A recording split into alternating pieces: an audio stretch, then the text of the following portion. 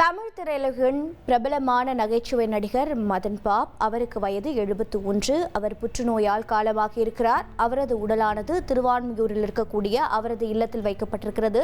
பொதுமக்களும் திரைப்பிரபலங்களும் நேரில் வந்து அஞ்சலி செலுத்தி வருகிறார்கள்.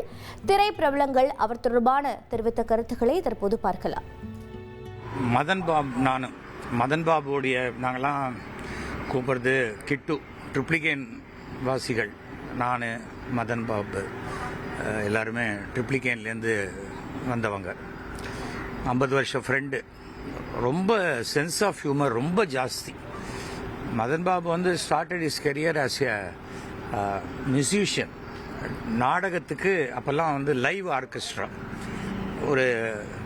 ஒரு கிட்டார், ஒரு பேங்கோஸ், அந்த மாதிரி ஒரு ஹார்மோனி, அந்த மாதிரி இருக்கும்.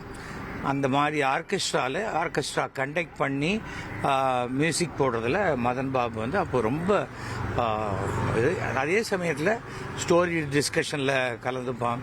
அதில் வந்து இம்ப்ரூவ்மெண்ட் சொல்கிறது, சென்ஸ் ஆஃப் ஹியூமருங்கிறது ரொம்ப ஜாஸ்தி. ஆல் இண்டியா ரேடியோவுடைய அப்ரூவ்டு ஆர்டிஸ்ட் மதன் பாபு.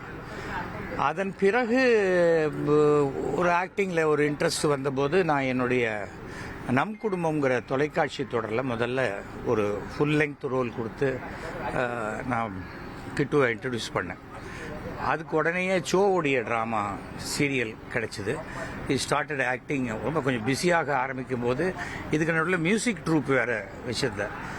என்னென்னா மதன் பாபுவோட ஒய்ஃப் ரொம்ப நல்ல சிங்கர், டாட்டர் ரொம்ப நல்ல சிங்கர், சன்னும் நல்ல சிங்கர்.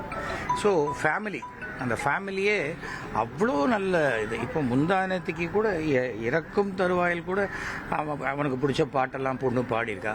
அதில் ஏதோ என்ன தாளம் நகருது அப்படிங்கிற மாதிரி அந்த இதுலேயும் அதை சொல்லி அந்த மாதிரியான கடைசி நிமிடம் வரைக்கும் அந்த தன்னுடைய சுயநினைவோட குடும்பத்தோட இருக்கா. இன்னும் கொஞ்சம் நாள் ட்ரீட்மெண்ட் பண்ணிட்டு இருக்கலாம். அந்த அந்த அந்த இஷ்டம் இல்லை. தனக்கு இப்படி இப்போ ஒரு கேன்சர் வந்திருக்குங்கிறத வெளியில் சொல்லவும் விருப்பம் இல்லை.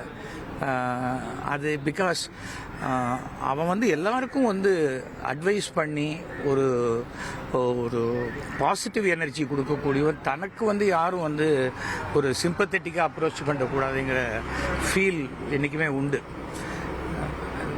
அவனுக்கு உடம்பு சரியில்லையோன்னு எனக்கு இதில் சின்ன டவுட்டில் கூட நான் அன்றைக்கி ஒரு நாள் ஃபோன் பண்ணும்போது எனக்கு கூட ரொம்ப வீசிங் ப்ராப்ளம்லாம் வந்துச்சு. நீ நல்லவன் சேடா, உனக்கு எதுக்குடா அதெல்லாம் வருது அப்படின்னா. அப்போ நீ என்ன கெட்டவனா? அதெல்லாம் ஒன்றும் கிடையாது. இது வந்து எங்கள் பாட்டி எனக்கு கொடுத்தாங்க, நான் என் பொண்ணுக்கு கொடுத்துருக்கேன். அது வர்றது வம்சமாக வருது, அவ்வளோதான் அப்படின்னு சொன்னேன். பட் ஒரு வெரி கரேஜியஸ் பர்சன். தான் சொல்ல நினைக்க ஒரு விஷயத்தை சிரிச்சுக்கிட்டே சொல்லக்கூடியவர். இனி செல்லும் இடமெல்லாம் செய்தி. தந்தி டிவியின் வாட்ஸ்அப் சேனலை ஃபாலோ பண்ணினா செல்ல இருக்கும் இடமெல்லாம் செய்தி.